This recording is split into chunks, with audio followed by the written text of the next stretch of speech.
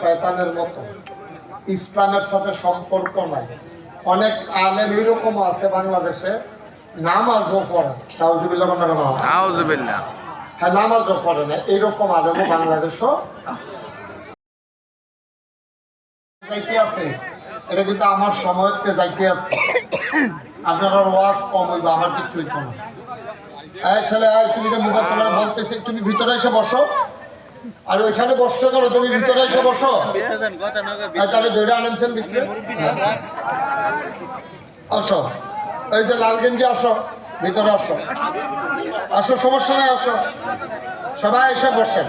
আইনো ওই যে বউ হাত দিয়ে রাখছেন, আইয়েন। আমরা বই হাত দিয়ে অসুবিধা নেই। ওকে আইন না, বাস স্ট্যান্ডে যে বউ হাত দিয়ে রাখছেন, আপনি রে কইতে আছে? হ্যাঁ ভিতরে আইয়েন। আইন না, আইন আইতেন না। তো ভাই জিজ্ঞান যাও, আপনার ভাই নাই জিজ্ঞান যাও। সবাই পড়েন আলহামদুলিল্লাহ। বাবারা মোবাইলগুলো বন্ধ করেন, মোবাইলগুলো নামাও, সব মোবাইল নামান। এই যে নামাও, একটু মন দিয়ে আওয়াজ শুনতে যাও। একসাথে সব কাজ হয় না, গভীর মনোযোগ। হ্যাঁ পড়েন সুবহানাল্লাহ। সবাই বলেন, জোরে বলেন, আরো জোরে।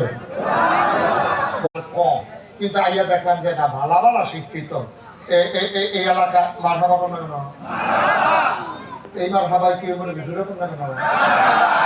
তাইলে আমরা এখন অনেক শিক্ষিত এই এলাকায় আছে।